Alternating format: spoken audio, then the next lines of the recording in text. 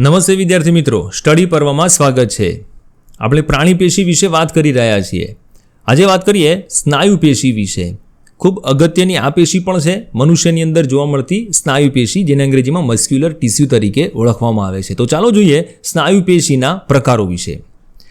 સૌથી પહેલાં સ્નાયુ પેશી શું છે? સ્નાયુ પેશી લાંબા કોષોની બનેલી હોય છે અને એના જે કોષ છે એને સ્નાયુ તંતુ તરીકે ઓળખવામાં આવતો હોય છે. અહીંયા આગળ એની આકૃતિ બતાવવાનો પ્રયત્ન કર્યો છે, એ ભુજાનો લીધેલો છે, તો એના સ્નાયુ છે, મસલ્સ જેને આપણે અંગ્રેજીમાં કહેતા હોઈએ છીએ, તે લાંબા લાંબા કોષો છે, તંતુ જેવા છે.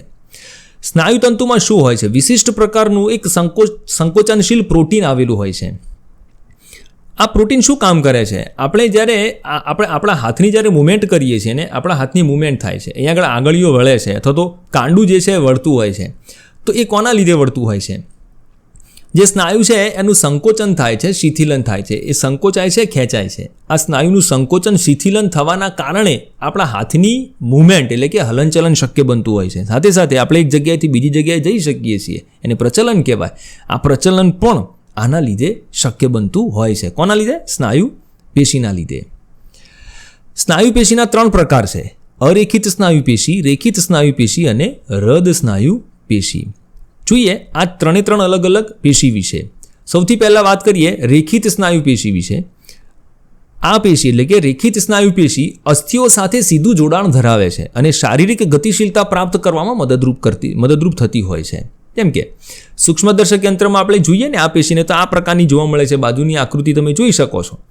આ પેશીના સ્નાયુ તંતુઓમાં આછા અને ઘેરા રંગના પટ્ટા જોવા મળે છે. આ ડાર્ક પટ્ટો છે, એની બાજુમાં આછો, ડાર્ક, આછો, આ રીતની પટ્ટીઓ જોવા મળે છે. આ એકાંતરે રેખાઓની જેમ ગોઠવાયેલી જે પટ્ટીઓ હોય છે ને, એના કારણે આને રેખિત સ્નાયુ પેશી તરીકે ઓળખવામાં આવતી હોય છે. આ પ્રકારની છે. આ પેશીના કોષો કે તંતુ, હવે તંતુ પણ કહેવાય છે, લાંબા હોય છે, નળાકાર હોય છે, એની બીજી કોઈ શાખાઓ નીકળતી નથી, એટલે એ અશાખિત હોય છે અને એક કોષની અંદર ઘણા બધા કોષ કેન્દ્રો હોય છે, માટે બહુકોષ કેન્દ્રીય હોય છે. આપણે આપણી ઈચ્છા અનુસાર જરૂરિયાત પ્રમાણે આ પ્રકારના સ્નાયુને ગતિ કરાવી શકીએ છીએ. તમારી ઈચ્છા થાય ને તો તમે આંગળીઓને મૂવમેન્ટ કરાવી શકો. તમારે જો મુઠ્ઠી વાળવી છે તો તમે વાળો છો, અને આ સ્નાયુ જે છે એના ઉપર અસર થતી હોય છે. તમારી મુઠ્ઠી ખોલવી તમે ખોલી શકો છો. તો આ જે મૂવમેન્ટ છે એ આપણી ઈચ્છા અનુસાર થતી હોય છે. તો આપણી ઈચ્છા અનુસાર જરૂરિયાત પ્રમાણે આ પ્રકારના સ્નાયુને ગતિ કરાવી શકીએ છીએ, તેમજ ગતિને રોકી પણ શકીએ છીએ. તમારે જો ચપટી વગાડવી હોય તો તમે ચપટી વગાડવાના છો, એના માટે આ જે મૂવમેન્ટ છે આપણે કરવાના છીએ. તમારી ગરદન હલાવવી હોય તો તમે હલાવવાના છો, ચાલવું હોય તો ચાલવાના છો. તો આ જે ગતિ જે છે ને આપણી ઈચ્છા અનુસાર થતી હોય છે. તો આ ઈચ્છા પ્રમાણે વર્તતા સ્નાયુઓ છે, માટે એને ઐચ્છિક સ્નાયુ પેશી કહેવામાં આવતી હોય છે. કોની ઈચ્છા? આપણી ઈચ્છા.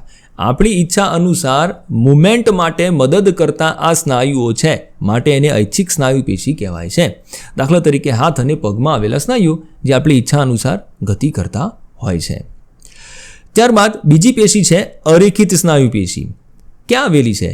આંખની કીકી, મૂત્રવાહિની, શ્વાસવાહિની અને અન્નનળીમાં જોવા મળતી હોય છે. બાજુમાં એની તમને આકૃતિ બતાવેલી છે. કેવા છે? અરેખિત સ્નાયુઓ ત્રાક આકારના છે. જુઓ, વચ્ચેથી પહોળા છે અને છેડા એના સાંકડા છે. એક કોષી છે. આમાં પેલાની અંદર બહુ કોષ કેન્દ્રીય હતા, આ એક કોષ કેન્દ્રી છે. ચપટા છે, છેડેથી સાંકડા અને મધ્યમાં પહોળા છે. આપણને આકૃતિમાં જોઈ શકાય છે. આ પ્રકારના છે. આ પેશીના કોષો એક કોષ કેન્દ્રી હોય છે, હમણાં જે વાત કરી એ પ્રમાણે. રેખિત સ્નાયુની જેમ આછા ઘેરા પટ્ટા એની અંદર હોતા નથી અને તેથી એને અરેખિત સ્નાયુ પેશી કહે છે. પટ્ટા હોત તો એ રેખિત સ્નાયુ પેશી છે, પટ્ટા નથી, માટે એને અરેખિત સ્નાયુ પેશી કહેવામાં આવે છે. અન્નનળીમાં ખોરાકનું, હવે આ શું કામ કરે છે? અન્નનળીમાં ખોરાકનું વહન, રુધિરવાહિનીમાં રુધિરનું વહન, એ એક અનૈચ્છિક ક્રિયાઓ છે જે આપણી ઈચ્છા મુજબ નથી ચાલતી, ચાલુ કે બંધ થતી નથી. આવી ક્રિયાઓનું નિયંત્રણ આ અરેખિત સ્નાયુ પેશી કરતી હોવાથી એને અનૈચ્છિક સ્નાયુ પેશી પણ કહેવામાં આવે છે. આપણે જ્યારે વિદ્યાર્થી મિત્રો જ્યારે ખોરાક લેતા હોઈએ છીએ ત્યારે અન્નનળીની અંદર ખોરાકનું વહન કે જઠરની અંદર આવેલું ખોરાક વલોવાની જે ક્રિયા છે, આ ક્રિયા આપણી ઈચ્છા મુજબ નથી. જઠરની વલોવાની ક્રિયા એ આપણી ઈચ્છા હોય કે ન હોય, આપણે ખાઈએ ને એટલે તરત જઠર જે છે પોતાનું કામ ચાલુ કરી દે છે, ખોરાક વલોવાનું કામ જે છે, અન્નનળી ગળવાનું કામ ચાલુ કરી દે છે. રુધિરવાહિનીઓ જે છે એની અંદર રુધિર અમુક દબાણે વહેતું હોય છે, રુધિર દાબથી વહેતું હોય છે, તો એ પણ એનું પણ સંકોચન વિકોચન થતું હોય છે નોર્મલી, તો એ આપણી ઈચ્છા મુજબ નથી.